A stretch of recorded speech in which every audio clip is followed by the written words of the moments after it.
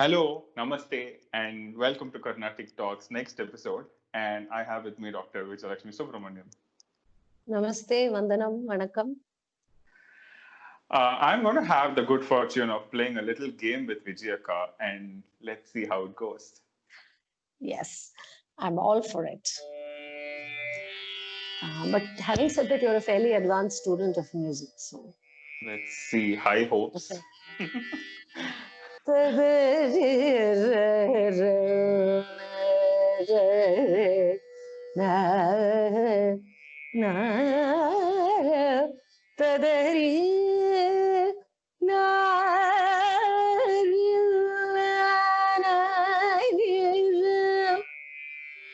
Varali. It's a patent Carnatic ragam. Yeah. I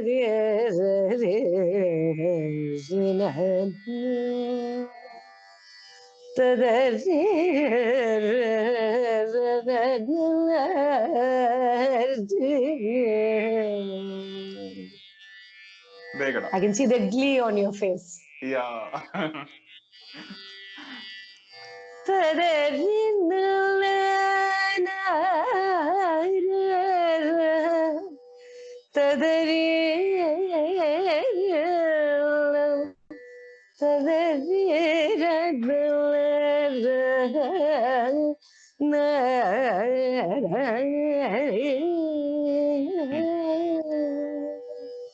Atam.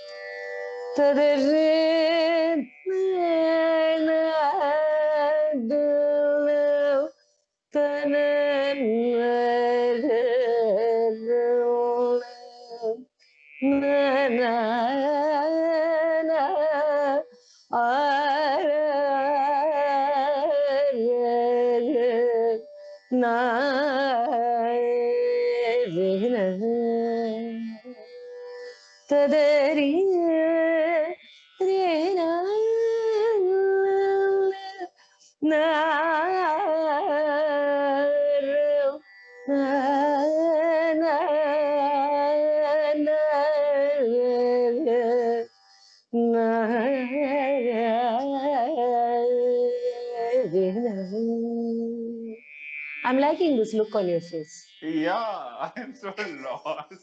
TikTok. I don't know what this is. Sari Gama Padani Sani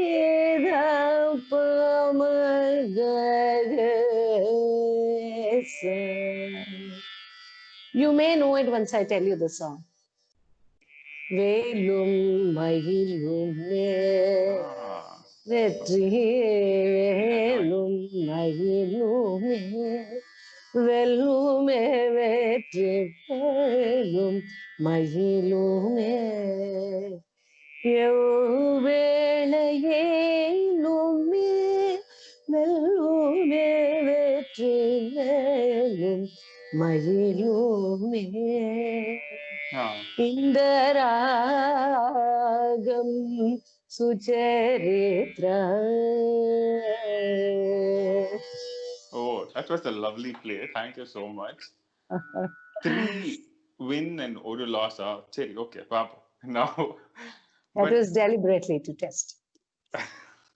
So how does one do this? In a concert, it's almost like an unsaid contest happening between the Rasikas. There's a lot of anxiety in the Madri when you start a raga. And or a part partner the book you know that, okay, from the Nelly book or whatever, right?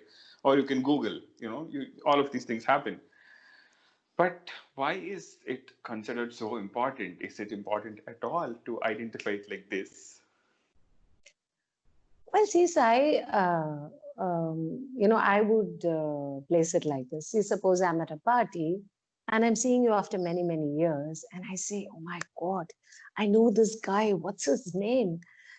I know him. I know the name. It's here at the tip of my tongue, but it's not coming to me. Then it's till I get that name and till I'm able to say, okay, this is Sai, it's going to keep gnawing at me. So I Yeah. think it's something very similar to that when you're listening to something and you say, oh my God, I know this is so familiar, I know this, but till I place it, sometimes I'm so distracted, I'm not even listening to the song. My mind is going, at, I don't know, so many kilometers per hour trying to figure out what ragam it is.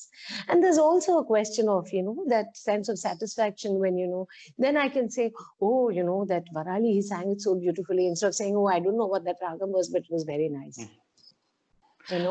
So I think it's an important thing, because when you know, then you can enjoy it better, right? Now you're eating bisibele huli, then you know when it's bisibele, and then you say, "Oh my God, this is the awesomest bisibele I've eaten." And so saying, "I don't know what this is, but it's nice." You could still enjoy, but you don't know what it is. Yeah, yeah. And this is informed, enjoying, and just having fun. Well, that takes me to the next question, which is, okay, Sahityam irukku, you have raga, people understand your music, they try to figure it out, But you've performed in some obscure places like Finland, and I'm just thinking, who would listen to Carnatic music in Finland, and how would they react to your music? How would they respond to it? And not just about Finland. Let's take even the other European countries, or maybe in Korea, or I mean, I know of the Agarajotsums happening in South South Korea, I guess, and of course, USA has become Mylapore extension. So let's not. I mean, let's leave it aside. But how do people who are culturally unfamiliar relate to our music? Yeah, I think that's a very, very important question. And also, I think it's a very important exercise in bilateral relations, cultural exchanges, because nothing like culture and sports to bring you close to one another. So, yes, Finland, surprisingly, it was a very interesting, unique venue for me. And we were really excited when we were going to Finland, because, now mainland Europe is like quite, nothing unusual about it. Concerts happen, but Finland, yeah, and this was some years back. So the first thing that struck me was Finland is a hugely musical country. 6 months of the year, there's no sunshine there. You don't see the sun for 6 months. So what do people do? They sing.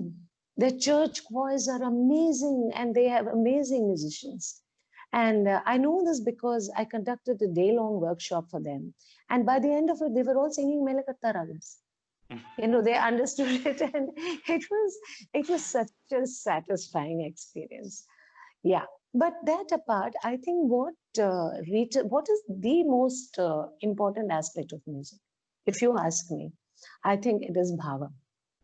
And bhavam is something which, while sahityam is very, very important, but I think bhavam is something which transcends that also. See, when we are singing, we listen to people singing, say, abhangs or something, and they're just doing Vithala, Vithala. The rest of it, we don't understand what they're saying. How many people know Marathi, right? Many of us don't know. But when we are listening, you've seen the crowd just go into raptures, So how does that happen? So it's the same thing that happens in other places. They may be completely unfamiliar, but if the music is truly from the heart, I think you make a connection with the heart on the other side. And I think that is the most important thing. Even here in a kacheri, when you're singing to rasikas who know what you're singing, you enjoy and they enjoy only when that connection happens. So in that sense, I don't think it is it's no barrier, and I don't think it is different in the end result. It's only a question of how we are getting there. So they were very, very receptive, and they do enjoy. I mean, they may not, like I always say to the uninitiated people, I say, listen with your heart, not with your minds. You listen with your heart, and then you can think about what you heard and try to analyze it, understand it, but feel the music. I think that's most important. You articulated it so wonderfully, and yeah, that completely makes sense. Yeah. Okay, talking about the other aspect, Sahitya, that is also like really a powerful tool to communicate. And one of the musicians that we generally think of, in clear enunciation of Sahitya, and, பாட்டு கேட்டா புக்கெல்லாம் வேண்டாம், அப்படியே படிக்கலாம் அப்படின்னு சொல்றது வந்து is D.K. Pattammal. Oh, definitely. Have you had any interactions with her, meetings with her while you were working or as a musician? I mean, what is generally, the impact of her music on you, especially as a woman musician, considering the fact that she was one of those trendsetters, trailblazers of that century when it Yeah. was a So male now dominated?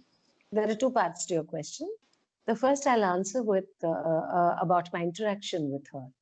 So this happened when I was working as a program executive for All India Radio, and I was very keen to make use of the huge availability of Vidvans and Vidushis in Chennai, and I wanted to see that radio benefits, and through radio, all the thousands of listeners benefit. So I brought back this program, Isai Payirchi, and put it into a popular format. So it used to be an in-house matter, but I said we must have the pleasure of involving all these great musicians in our city. And the very first person I approached to begin this program was Srimati D.K. Pattammal. So I had the opportunity of visiting her at her residence. She was quite senior by then in age, but such a gracious, such a warm, affectionate lady. And the way she spoke was very much like how she sang, Vangoma, Okarungoma. And, it's so sweet. And she said, what did you want? And her husband, Ishwar Iyer, was also there. And she was so sweet and accommodating. It was like he was deciding, what should be done or shouldn't be done. But she was totally like bindas. She didn't mind about it at all. So she was the first person to restart our Isai Payirchi program. And it was a wonderful, very warm memories I have of that afternoon at her place. And of course, like you said, she was perhaps the first lady musician to break the male bastion of Pallavi singing. And her Jagan Mohini Nada Pallavi at the Music Academy concert is, stuff of legend. It made history. And even today, when we think of Dikshidhar Kritis, I mean, if you want an authentic Padandaram, if you want no confusion, then definitely it's D.K. Pattammal Amma's rendition. And I must say here that both D.K. Pattammal and my guru, Sri S. Rajan, both of them learned directly from Abhi Dikshidhar. And Sri T.L. Venkataramayya, the great advocate and connoisseur, learned any number of kritis from Abhi Dikshidhar, and he taught them to both Rajan sir and more so to Pattammal Amma. So the Padandaram of Pattammal school and Rajan school are not very different. They're quite similar. So today also, if you want to listen to a Ranganayakam or a Mama Pattabhirama, see, when you speak about Sahityam, when you listen to Mama Pattabhirama, it's like, how they say, Ramara kannukku minnadi kondu vandu nirthitan. It's really like you can visualize, Lord Rama with Sita and Bharata and Shatrughna, and it's that was the effect she had. So, like I was saying, even though you can enjoy music if you don't know the lyrics, like the Vithala example that I gave, but again, informed listening. When you know and when you can understand the lyrics, why is it that in Chennai, when people don't know the song that you're singing, but still, if it's a Tamil composition of Papanacham Shivan, they say, they become ecstatic. Yeah. Oh my God, because of that connect, Now you can appreciate, enjoy the Agaraja Kritis or Dikshidhar Kritis just for the sheer musicality of the compositions. The lyrics are so euphonious, and even if you don't understand, you can enjoy. But when you do know what the song is saying, your enjoyment is manifold. And I have two requests for you. One is one of the Tamil compositions. Since you said Paparasam Shivan, I'm like, okay, who better to ask for a couple of lines of a nice Paparasam Shivan song, which D.K. Pattammal popularized. I would like to, give all our listeners and viewers the pleasure of listening it in your voice. And one more Dikshidhar composition, or a Samashti Charanam Kriti or anything, because people want to want a lot of music. That's the feedback I have from episode 1. So, yeah, I have 2 requests for you. Right. Let me sing something, and I think you made me very thirsty for D.K. Pattum's music. So we should suitably end this episode with that. Yeah. And interestingly, Rajan sir was Papanasam Shivan's first student. Wow. So this is a very beautiful composition in Dhanyasi. Balakrishna Padamalar Panivor Kidarill Varaguna Balakrishna Padamalar Panivor Kidarill Varaguna Balakrishna பாதமலர் பணிவோர் கிடரில்லை. See, when you can understand, Balakrishnan Padamalar Panivor Kidarill, you know. So naturally, the way you enjoy the composition changes. Dikshadar Kritis, any number of Dikshadar Kritis, oh my God. கொஞ்சம் கொஞ்சமா நிறைய கேட்போம் இதுல. இன்னைக்கு ஒண்ணு பாடுங்க. This is an hang on a minute. Let me think what to sing. Okay. Dikshadar Kritis again. This is one that Rajan sir learned from Ambi Dikshadar. And of course, Patama's rendition of this is so memorable.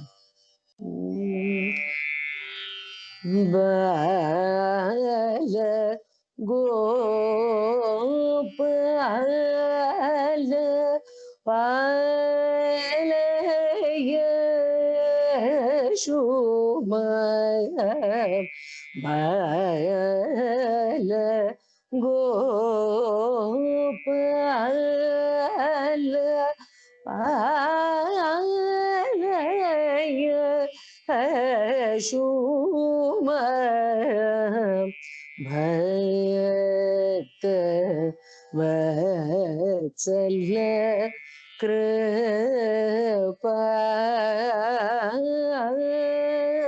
Jalade Hari Bharat Vatsala Kripa Jalade.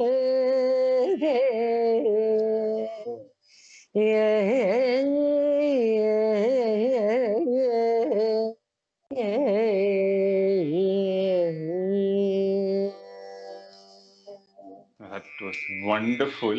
I'm sure Patamalama is blessing us and smiling at us at this moment. And on that note, that brings us to the end of this episode of Carnatic Talk.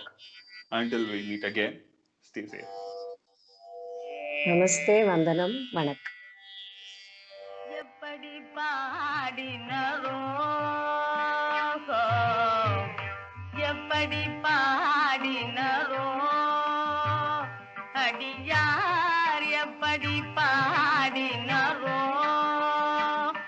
அடியார் எப்படி பாடினரோ அடியார் அப்படி பாட நான் ஆசை கொண்டேன் சிவனே